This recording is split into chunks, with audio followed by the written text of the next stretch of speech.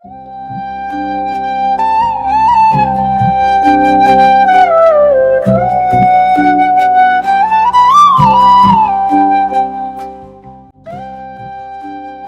dear gods, my dear friends, my dear masters, doctor బ్రహ్మర్షి పితామహ పత్రి sir యొక్క దివ్య చైతన్యంతో కనెక్ట్ అవుతూ అద్భుతమైన ధ్యాన యోగం ద్వారా భగవంతుణ్ణి అనుభూతి చెందేటట్టుగా ఒక చక్కని ఆవాహన చేసుకుంటున్నాం మాస్టర్స్.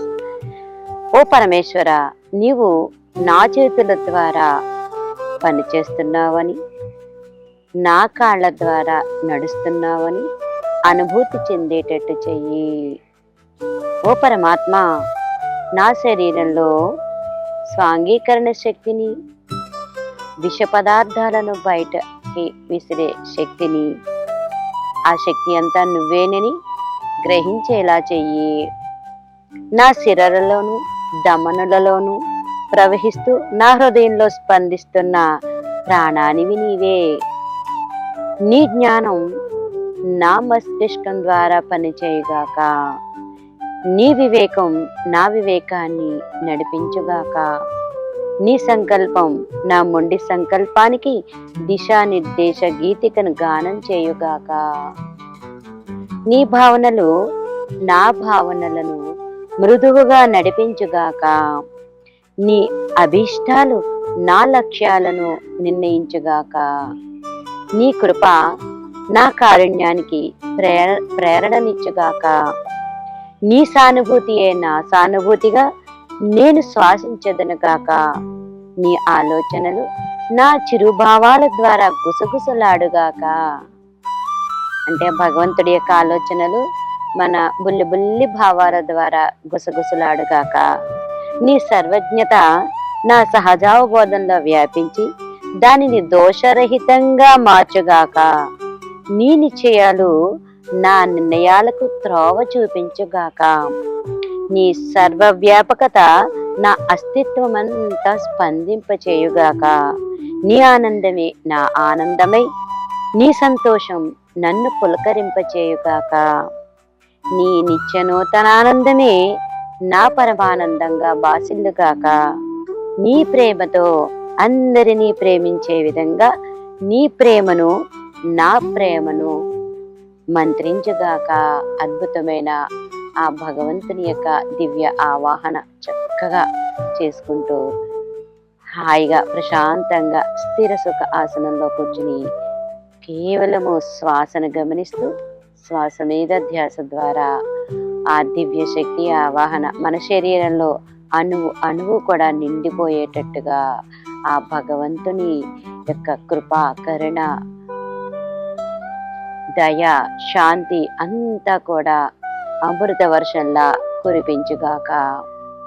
ఓ దివ్య పిత, ఓ పరమాత్మ, ఓ అనంత శక్తి స్వరూప, ఓ పరమేశ్వర, నన్ను నీ యొక్క భావనలని నా ద్వారా ప్రసరింప చేయిస్తున్నందుకు ఎంతో వేళ కృతజ్ఞతలు మాస్టర్స్. నమస్కారాలు, ఆత్మ నమస్కారాలు ఇచ్చుకుంటూ ఆత్మ ఆరాధనగా మార్చుకుంటున్నాను మాస్టర్స్.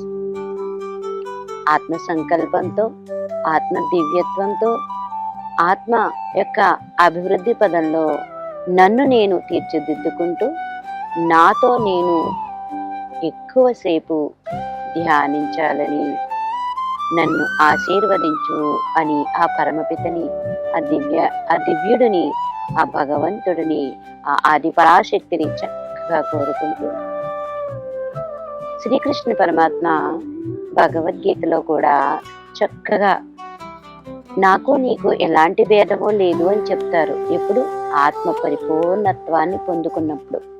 అంటే కృష్ణ భగవానుడు నేను పరిపూర్ణుణ్ణి, నేను శక్తివంతుణ్ణి, నేను జ్ఞానవంతుణ్ణి, నేను విజ్ఞానవంతుణ్ణి అని తనను తాను ప్రకటించుకున్న ఒక జ్ఞానమే భగవద్గీత. భగవద్గీత మానవులకి చక్కగా దిశానిర్దేశం చేస్తుంది మాస్టర్స్.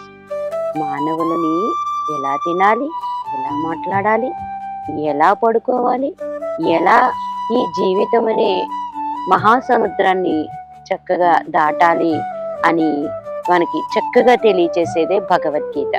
ఇది ఒక మత గ్రంథం కాదు మాస్టర్స్. మానవుడి యొక్క శక్తి ఎంత అపరిమితమైందో తెలియచేసేది. మనం మనసు ద్వారా ఎంత పరిమితంగా తగ్గించుకుని నేను మానవుడిని, నేను బాధలలో సమస్యలలో చిక్కుకున్న అల్పుడిని అని అనుకునే అలాంటి తరుణంలో ఆ భగవద్గీతని మనం భగవద్గీతని ఆచరించాలన్నమాట. ఆచరిస్తే నేను ఎంత అపరిమితమైన దివ్యాత్మ స్వరూపాన్నో నాకు అర్థమవుతుంది. అందుకని భగవద్గీత ఆచరణ గ్రంథం అన్నమాట. గీత అంటే రాతను మార్చేది అని అర్థం. అందుకని శ్రీకృష్ణ భగవానుడు ఈ భగవద్గీత సారాన్ని ఏడు గీతా బోధల ద్వారా మనకి మానవులు ఉన్న స్థితి నుంచి ఉన్నత స్థితికి వెళ్ళడానికి ఎంతో మంది మహానుభావులు కృషి చేశారు. అలాగే మనకి వశిష్ఠ గీత, అష్టావక్కర గీత, ఉద్ధవ గీత, ఉత్తర గీత, భగవద్గీత, శివగీత అని ఇన్ని రకాలుగా ఈ జ్ఞానోపదేశాన్ని మహాగురువులు ఎంతో మంది ఇస్తూనే ఉన్నారు మాస్టర్స్. ఇవన్నీ ఏంటంటే ఆచరించే గ్రంథాలు. ఆచరించాలి. మనం విని ఊరుకొని పక్కన పెట్టేసి కాదన్నమాట. ఇవి ఆచరించాలి. నిష్కామ కర్మని, నిర్యోగ క్షేమం అని, ఆలోచన రహిత స్థితిలోకి వెళ్ళమని, శక్తిని తీసుకుంటూ అమృతత్వంతో కలిసి ప్రయాణం చేయండి అని చక్కగా మార్గనిర్దేశనం చేసిన అద్భుతమైన ఉద్బోధలే ఈ భగవద్గీతలన్నీ కూడా.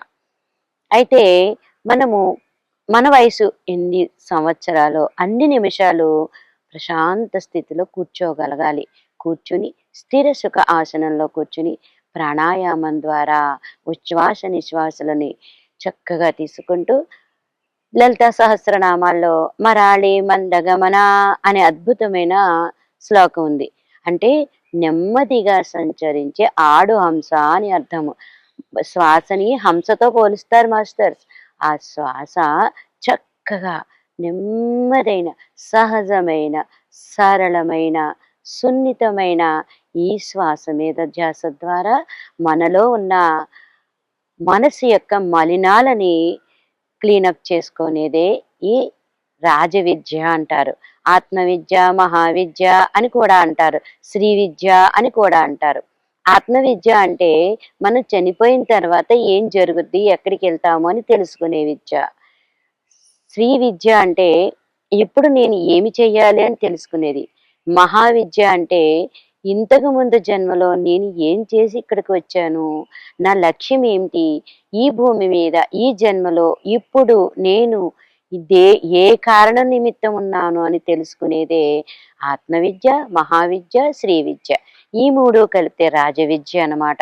ఈ రాజవిద్యని ఆ శ్రీకృష్ణ పరమాత్మ అద్భుతంగా మనకి ఉపదేశించాడు మాస్టర్స్. కానీ ఉపయోగించుకోవాలి. మనం తెచ్చి ఇది లోపల పసుపు బొట్టు పెట్టి హారతి ఇచ్చేసి పూజ చేసే గ్రంథం కాదు, ఇది ఆచరించే గ్రంథము. అందుకని భగవద్గీతని అర్థం చేసుకోవాలి అంటే మనం కొంచెంసేపు సాధన చేయాలి మాస్టర్స్. ఈ విశ్వంలో అనేక సౌందర్యాలతో, అనేక అందాలతో, ఇంకా అద్భుతమైన స్థితులు ఎన్నో ఉన్నాయి మాస్టర్స్. ఇవన్నీ కూడా భగవంతుడి యొక్క వ్యక్తీకరణలు అన్నమాట.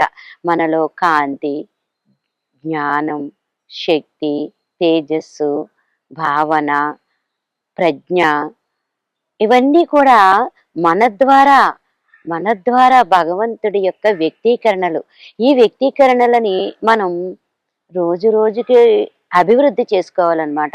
అప్పుడే జ్ఞానపరంగా, ఆత్మపరంగా ఎదుగుదలుండి సంసారంలో ఉన్న కలతలన్నీ కూడా నీట్గా, శుభ్రంగా, సమత్వ స్థితిలో హాయిగా సంసారంతో ఉంటూ నిర్వాణ స్థితికి వెళ్ళాలి.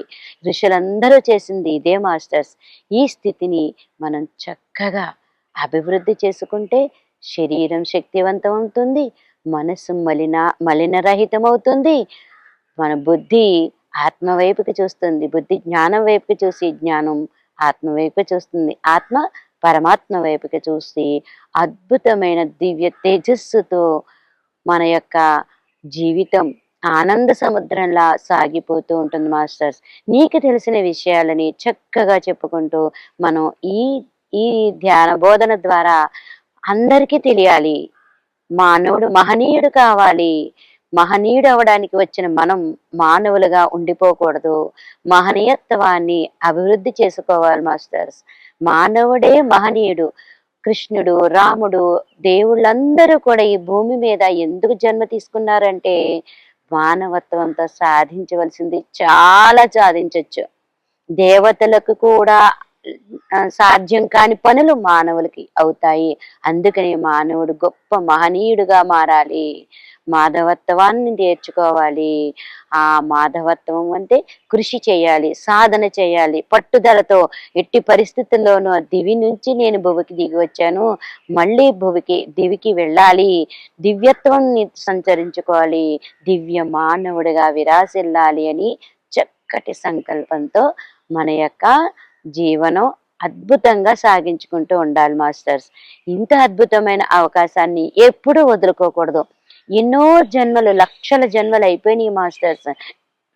రాయిగా, రప్పగా, చెట్టుగా, పుట్టగా, పురుగుగా, జంతువులుగా ఎన్నో జన్మలు తీసుకున్నాము. పూర్వ జన్మ కృతం పుణ్యం ద్వారా ఇలాంటి అద్భుతమైన అవకాశాన్ని మనం ఎప్పుడూ జారవిడుచుకోకూడదు మాస్టర్స్. ఇది మన దివ్యత్వాన్ని ప్రదర్శించుకునే అద్భుతమైన జన్మగా మనం తీర్చిదిద్దుకోవాలన్నమాట. ఇటు సంసారంలో ఉంటూ నిర్వాణ స్థితికి ఎదుగుతూ ఉన్న స్థితి నుంచి ఉన్నత స్థితికి ఎదగడానికి తగిన కృషి చేయాలి మాస్టర్స్.